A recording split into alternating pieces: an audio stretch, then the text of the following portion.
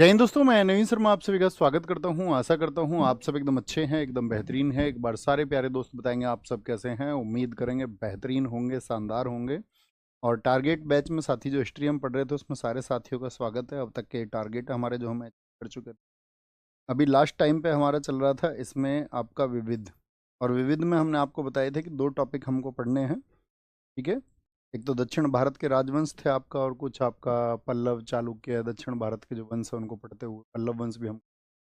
कन्नौज पे जो त्रिपक्षीय संघर्ष हुआ पाल वंश राष्ट्रकूटों और गुर्जर प्रतिहारों के बीच में, उस पर हमको प्रकाश डालना है। तो हमने आपको कहा आज और कल, कल आपका ये साथी समाप्त हो जाएगा, ठीक है। कल में हम इसको एंड कर लेंगे आपका, तो कल फ्राइडे में भी आपकी क्लास होगी। तो आज लगभग ये हमारे 60 पेज हमको कवर करने हैं, तो लगभग 30-30 पेज करके हम 2 दिन में कवर कर लेंगे, ठीक है। तो शुरू करते हैं साथी दक्षिण भारत के इतिहास को, यानी कि हिस्ट्री ऑफ साउथ इंडिया। देखो, दक्षिण भारत के जो आपका राजवंश है उनको हम दो हिस्सों में पढ़ते हैं। एक तो पढ़ते हैं संगम काल, ठीक है, और एक पढ़ते हैं दक्षिण भारत के राजवंश। तो जो संगम काल है इसमें आपका हमको दो तीन वंश पढ़ने पड़ते हैं, चेर चोल और पांड्य। और साथ में राजवंशों की अगर हम बात करें उसमें पल्लव राष्ट्रकूट और चालुक्य, इनको हम पढ़ेंगे।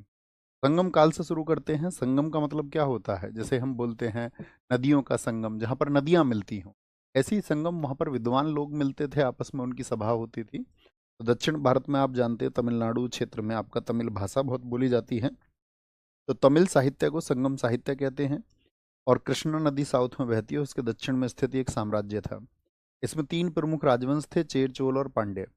तो कई बार तो ये आता है कि आपका बहुत क्वेश्चन पूछा जाता है कि संगम काल में कौन सा नहीं था। इन तीन के अलावा एक ऑप्शन लिख देगा। आपको याद रखना, चेर चोल पांड्य ये आपका किस में है, आपका संगम काल में है। संगम काल के बारे में हमको संगम साहित्य, स्ट्रैबो, पेरिप्लस ऑफ एरिथ्रियन सी, जिसके लेखक का हमको जानकारी नहीं है, प्लिनी एक लेखक हुए, टॉलमी एक लेखक हुए, उनकी रचनाओं से हमको पता चलता है। संगम साहित्य से ही ज्ञात होता है कि ऋषि अगस्त्य और कौंडिन्य ने दक्षिण भारत में वैदिक संस्कृति और सभ्यता का प्रचार किया था। यानी नॉर्थ में थी वैदिक संस्कृति, उस साउथ में भी आपका प्रोपगेट किया था इन लोगों ने। संगम के ऊपर आते हैं कि प्राप्त विवरण के अनुसार पांड्य जो राजा थे आपका तमिलनाडु क्षेत्र में, उनके संरक्षण में 3 संगम आयोजित हुए, जो बहुत इंपॉर्टेंट है, बहुत बार पूछा जाता है। पहला तमिल संगम आपका कहाँ पर हुआ था, मदुरई में हुआ था।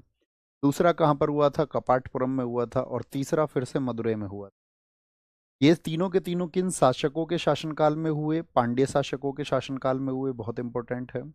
पहले के अध्यक्ष अगस्त्य ऋषि थे, दूसरे के भी अगस्त्य ऋषि थे, और तीसरे के अध्यक्ष थे नकीर। इनकी जो सदस्यों की संख्या है वो 549, 59 और 49 है, जो कि आपका संगम हुए थे। सदस्य का मतलब जो विद्वान पुरुष इसमें बैठे थे। संगमकालीन महाकाव्यों की बात करते हैं। संगम काल में महाकाव्यों की भी रचना की गई। इस काल के 5 प्रसिद्ध महाकाव्य हैं जो लिखे गए। शिल्पादिकारम एसएससी का फेवरेट क्वेश्चन है। मणिमेखले एसएससी का फेवरेट क्वेश्चन है। जीवक चिंतामणि, वलयपति और कुंडल केसी, इनमें से प्रथम 3 ही उपलब्ध हैं। इनका विवरण इस प्रकार है। शिल्पादिकारम महाकाव्य की रचना चेर शासक शेख गुटुवन के भाई इलंगो अदिगल ने की। एसएससी इस बात को पूछती है कि शिल्पादिकारम को किसने लिखा, तो क्या बोलेंगे, इलिंगो अदिगल ने लिखा। और यह एक प्रेम कथा पर आधारित महाकाव्य है। इस महाकाव्य के नायक और नायिका कोवलन और कन्नगी, कोवलन और कन्नगी ये पति पत्नी हैं। दरअसल में कोवलन एक व्यापारी था और ये साउथ में जाता था व्यापार करने, और वहां पर इसको माधवी नाम की एक स्त्री से, जो कि एक वेश्या थी, प्रेम हो जाता है। तो ये अपने व्यापार से ध्यान हटाकर बस प्रेम में डूबा रहता है और इसका बहुत लॉस हो जाता है व्यापार में। तो ये वापस आता है अपनी पत्नी के पास में कि भाई मेरा तो लॉस हो गया है। तो इसकी पत्नी क्या करती है, इसकी पत्नी इसको अपने पैर की पाजेब दे देती है, पायल जिसको हम बोलते हैं, कि जाओ तुम इसको एक पायल देती है, बोलती है इसको बेच करके आप अपना व्यापार फिर से शुरू कर लें। बहुत प्रेम करती है अपने पति को। तो वो जैसे ही बाजार में उसको बेचने जाता है, साउथ के बाजार में, तो वहाँ राजा के लोग उसको पकड़ लेते हैं। क्यों? क्योंकि जो रानी थी वहाँ की, उसकी भी एक पायल खो गई थी, और आपका संयोग से ऐसा समझिए कि आप दोनों पायल दिखने में एक जैसी थी, और राजा के गुप्तचर ढूंढ रहे थे कि ऐसी पायल कौन बेचने आएगा बाजार में। तो उसको पकड़ लिया जाता है। लेकिन वहाँ का राजा जो है वो जांच पड़ताल बिल्कुल भी नहीं करता है, और वो क्या करता है, कोवलन को मृत्युदंड दे देता है। मृत्युदंड देने के बाद में उसकी पत्नी को पता चलता है, कन्नगी को, कि मेरे पति को दंड दे दिया गया है, और वो जाकर के दूसरी पायल एक सबूत के तौर पर पेश करती है। वह दिखाती है कि ये देखिए ये दूसरी पायल मेरे पास में है, और उस समय देखने में पता चलता है कि एक महीन अंतर, एक बारीक अंतर दोनों पायल में है, और राजा इसके लिए माफी मांगता है, लेकिन कन्नगी पूरे साम्राज्य को साफ दे देती है और कहते हैं चेर वंश के खात्मे का यही कारण रहा। और कन्नगी को साउथ में बहुत पूजा जाता है, उनको दक्षिण की पार्वती भी कहा जाता है। तो ये कहानी है। इस महाकाव्य की रचना मदुरा के एक बौद्ध व्यापारी शीतलेन सत्तार ने की थी। ठीक है, शीतलेन सत्तार ने। ये क्या है, ये पार्ट 2 है इसी पुस्तक का, शिल्पादिकारम का पार्ट 2 है। तो ये जो माधवी थी उससे उसकी एक बेटी पैदा हुई जिसका नाम था मणिमेखले, यानी कि वेश्या से एक बेटी पैदा हुई जिसका नाम था क्या, मणिमेखले। तो उसका नाम ही मणिमेखले रखा, ये कोवलन की बेटी है। इस महाकाव्य में महाकाव्य की नायिका मणिमेखले के साहसिक जीवन का वर्णन है। मणिमेखले शिल्पादिकारम के नायक कोवलन और उसकी प्रेमिका माधिका से उत्पन्न है, माधवी से। उल्लेखनीय है, जहां पर शिल्पादिकारम की कहानी खत्म होती है वहीं से मणिमेखले की कहानी शुरू होती है। जीवक चिंतामणि, इसके लेखक हैं तुरुकत देवर, और इस महाकाव्य में इसके नायक जीवन का चरित्र चित्रण किया गया है। ऐसा माना जाता है कि जीवक कुल 8 विवाह करता है और गृह जीवन के बाद परिवार का त्याग करके जैन धर्म अपनाकर संन्यास ग्रहण कर लेता है। जीवक चिंतामणि में 8 विवाहों के वर्णन के कारण इसे धर्म ग्रंथ या मणमूल भी कहा जाता है। अब आते हैं हम संगम काल में प्रमुख नगर कौन कौन से थे। उरेयूर, इसको चोलों की राजधानी कहा जाता है, सूती कपड़े का काम होता था। कुहार, ये चोलों की समुद्र तटीय राजधानी थी क्योंकि इनकी एक से अधिक राजधानी हुआ करती थी। पांड्य राजाओं की जो राजधानी थी वो मदुरै थी, बहुत पूछी जाती है। बाद में इन्होंने अपनी राजधानी कुछ समय के लिए कोरकाई भी की थी।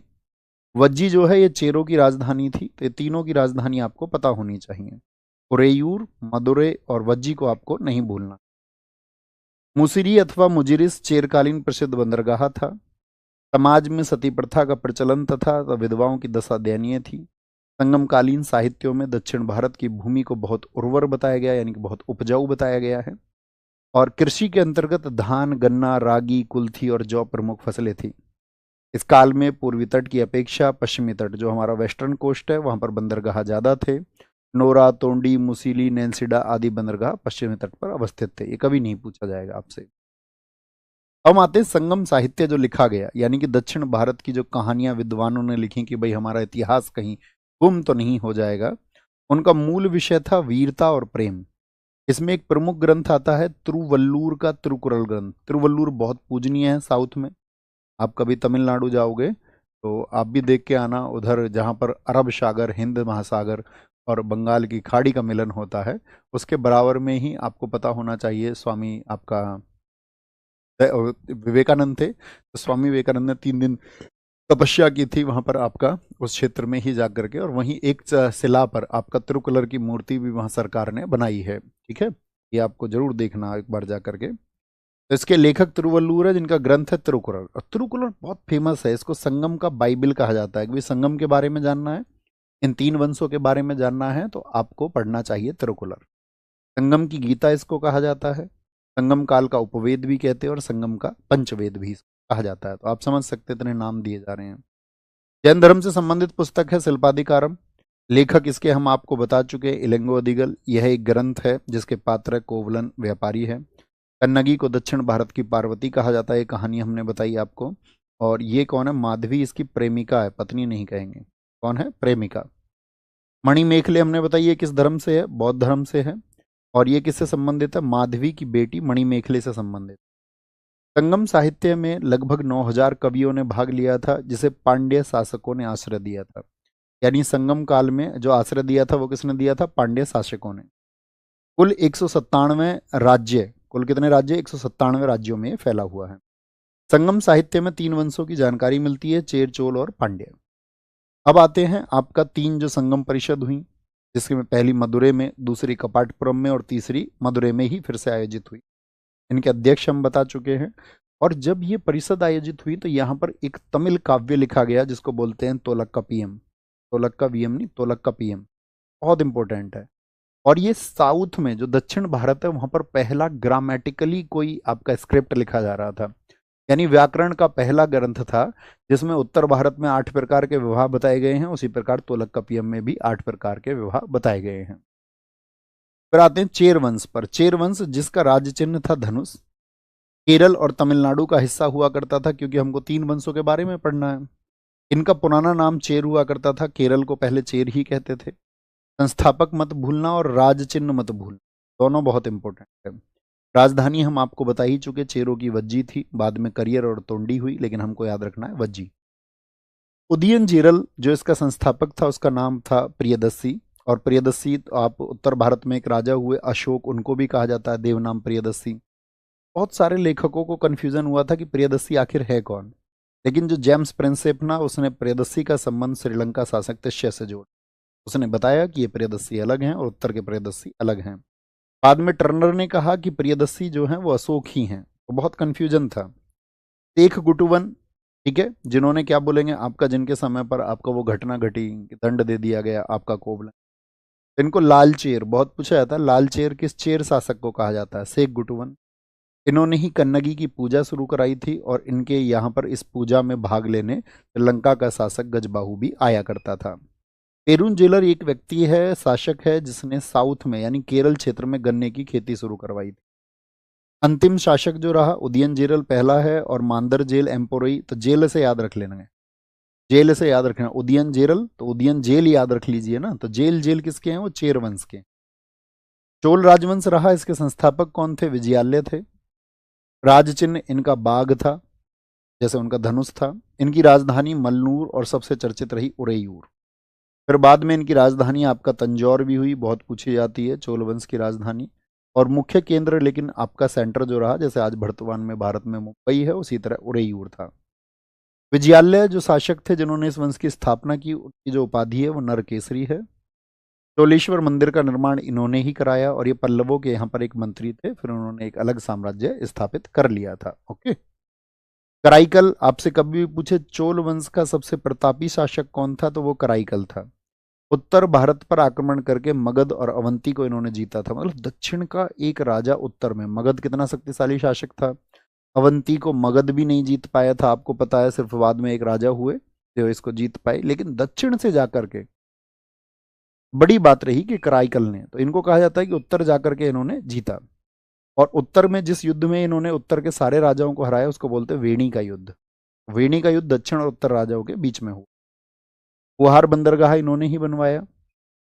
इनके बाद में एक शासक हुए आदित्य प्रथम, जिन्होंने पल्लव शासक अपराजित वर्मन को हराया था, यानी पल्लवों से इनका संघर्ष हो गया था। परांतक प्रथम ऐसे हुए जिन्होंने पांड्य शासकों को हराया, ये इनके पड़ोसी शासक हैं, पल्लव आपका पांड्य, इनको हराया। तंजौर का प्रसिद्ध चिदम्बरम मंदिर किसने बनाया? परांतक फर्स्ट ने। राष्ट्रकूट शासकों कृष्ण प्रथम ने गंगों के साथ मिलकर परांतक प्रथम को हरा दिया और उत्तरी क्षेत्र जीत, क्योंकि इनका उत्तर पे कंट्रोल था। लेकिन कृष्ण प्रथम क्या करते हैं कि इनके इस क्षेत्र को इनसे छीन लेते हैं। देख रहे हैं आप, ये बाकी सबको तो जीत रहे हैं, पल्लवों को, पांड्यों को, लेकिन राष्ट्रकूटों से हार जाते हैं। ऐसे ही एक शासक हुए राजाराम प्रथम, प्रतापी शासक थे। वृहदेश्वर मंदिर है तमिलनाडु का, किसने बनवाया? इन्होंने।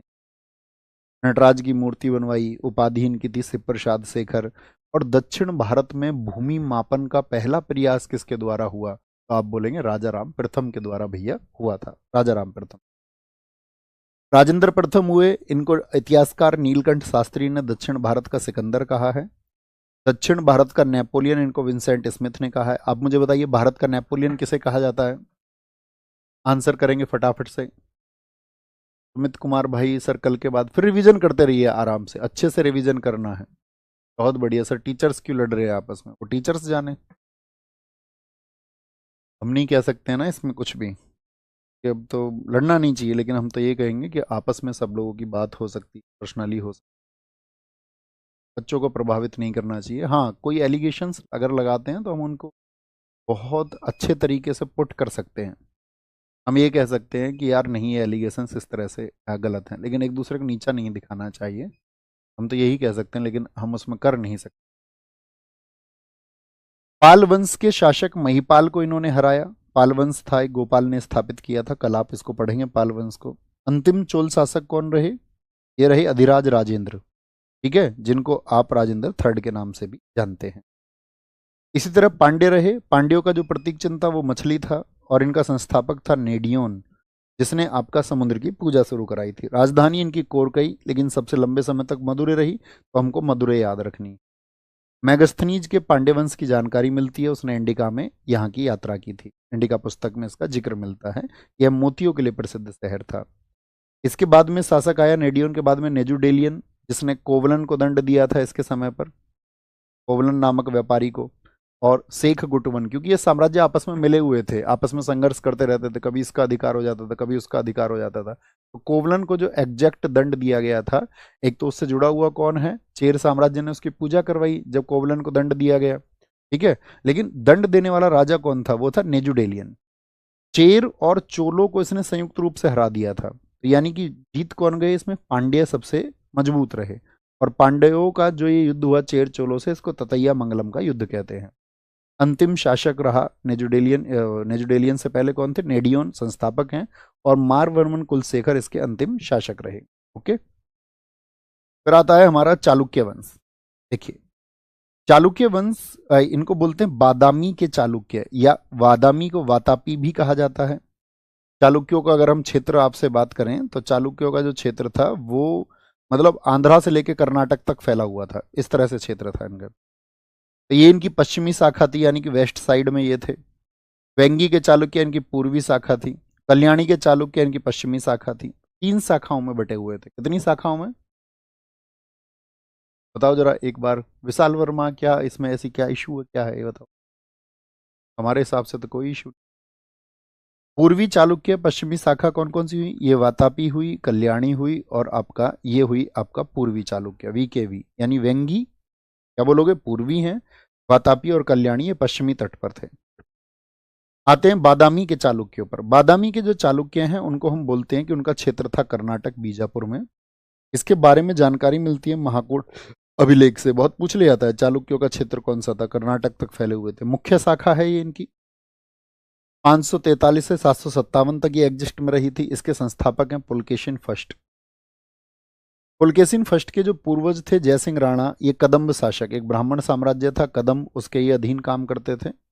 पुलकेशिन फर्स्ट ने स्वयं को स्वतंत्र करके चालुक्य वंश की स्थापना की। और पुलकेशिन फर्स्ट की जो उपाधि हैं, श्री पृथ्वी बल्लभ, रणविक्रम, ठीक है। इसके बाद में इनके बाद गद्दी पर जो बैठते हैं कीर्तिवर्मन बैठते हैं, और कीर्तिवर्मन के ये एक भाई थे मंगलेश, ठीक है। कीर्तिवर्मन फर्स्ट ने अपने क्षेत्र के विस्तार करते हुए मौर्यों को हराया, और ये कदम शासक हैं जिनके यहाँ पर ये आपका पहले मंत्री थे, कर्नाटक क्षेत्र में ही थे। वनवासी राजधानी हुआ करती थी कदम शासकों की। उसके संस्थापक थे मयूर शर्मा। उन्होंने 18 अश्वमेघ यज्ञ कराए थे। बात फोकस क्या है, वापस इसी पे आते हैं। पुलकेशिन फर्स्ट इनसे आपका कदम शासकों से स्वतंत्र होकर के उन्होंने चालुक्य वंश की स्थापना की। आपको एक बात याद रख लें, उनके बाद गद्दी पर कौन आया, कीर्तिवर्मन, मौर्यों को हराता है, उपाधि रखता है अपनी सत्यासर और रण पराक्रम। एक अश्वमेघ यज्ञ भी कराया, वाजपेयी यज्ञ भी कराया। राजधानी बनाई इसने बादामी, किसने बनवाई है, कीर्तिवर्मन ने। राजभाषा जो थी इनकी कन्नड़ थी, एक तो कर्नाटक की वजह से, और एक भारत में चलती ही थी संस्कृत। तो इसके बाद जो गद्दी पर आया ये इंपॉर्टेंट है, पुलकेशिन सेकंड। हमने आपको राजा हर्षवर्धन का शासनकाल बताया था, बताइए कितना है। तो आपको याद रखना है, हर्षवर्धन थे 606 से 647। हमने आपको एक बात और बताई थी, हर्षवर्धन जब उत्तर भारत को जीत जाते हैं तो दक्षिण भारत में बढ़ना चाहते हैं, लेकिन 618 में नर्मदा नदी के तट पर उनके विजय अभियान को कौन रोक देता, पुलकेशिन द्वितीय। यानी जब कन्नौज में उत्तर प्रदेश में राजा थे आपका हर्षवर्धन, तो दक्षिण में कौन था कर्नाटक की तरफ, पुलकेशिन द्वितीय। इसने ही अपने चाचा मंगलेश की हत्या कराई और गद्दी पे खुद बैठ गया। उपाधि इसकी परम भट्टारक थी और महाराजाधिराज थी। इसका राजकवि था रवि कीर्ति, जिसने लिखा है एहोल अभिलेख। क्या लिखा है, ये किसने लिखा है, रवि कीर्ति ने, रवि कीर्ति ने। इसी से हमको जानकारी मिलती है कि संस्कृत भाषा में पुलकेशिन ने किस तरह से हर्षवर्धन को हराया था। पुलकेशिन द्वितीय ने 2 राजधानी बनाई, वातापी, और पूर्वी क्षेत्र जो जीता हुआ था उसके लिए वेंगी, इसलिए बोलते वेंगी के चालुक्य। लेकिन उसने किया क्या कि जो वेंगी क्षेत्र था वो अपने भाई विष्णुवर्धन को सौंप दिया कि भाई आप यहां पर अपना राज्य, क्या बोलेंगे, आप यहां पर अपना राज्य स्थापित करिए। समझ पा रहे हैं।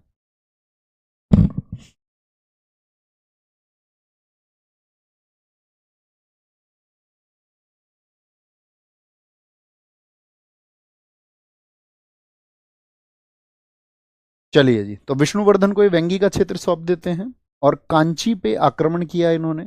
और कांची पे, उस समय कांची का शासक हुआ करता था महेंद्र वर्मन। लेकिन ये क्या रहते हैं, इसमें असफल रहते हैं। लेकिन क्योंकि उस समय पे पल्लव काफी पावरफुल थे, ठीक है, काफी पावरफुल थे, तो महेंद्र वर्मन के उत्तराधिकारी नरसिंह देव ने पुलकेशिन द्वितीय को बुरी तरह हराया। पुलकेशिन तो इन्हें हराना चाह रहा था, लेकिन महेंद्र वर्मन का एक उत्तराधिकारी हुआ नरसिंह देव वर्मन, उसने उल्टा क्या किया, पुलकेशिन द्वितीय को बहुत बुरी तरह हराया। ठीक है, और पुलकेशिन द्वितीय को जब बहुत बुरी तरह हरा दिया तो पुलकेशिन द्वितीय के बाद में फिर आया विनादित्य। विनयादित्य के बाद में विजयादित्य, इसने क्या किया, फिर से कांची को जीत लिया और इसने पल्लवों के शासक परमेश्वरम सेकंड को हराया। तो आप समझ रहे हैं चालुक्य और पल्लवों के बीच कितना संघर्ष हुआ कि पहली वॉर में तो पुलकेशिन द्वितीय चाहता है कि वो महेंद्र वर्मन को हरा दे, लेकिन हरा नहीं पाया। यही बात पता चली इनके बेटे को, इनके उत्तराधिकारी नरसिंह देव वर्मन, अच्छा हमारे पिताजी को हराना चाहते थे, तो इन्होंने उल्टा बदला लिया और बहुत बुरी तरह हराया। लेकिन पुलकेशिन द्वितीय की एक वंशज हुए विजयादित्य, उन्होंने परमेश्वरम सेकंड को, जो कि आपका पल्लव वंश के थे, उनको हराया। ठीक है, कीर्तिवर्मन सेकंड को हराकर दंती दुर्ग, इन्हीं के समय पर कीर्तिवर्मन सेकंड, कीर्तिवर्मन फर्स्ट किसके बाद आया, कीर्तिवर्मन फर्स्ट तो सेकंड रूलर है।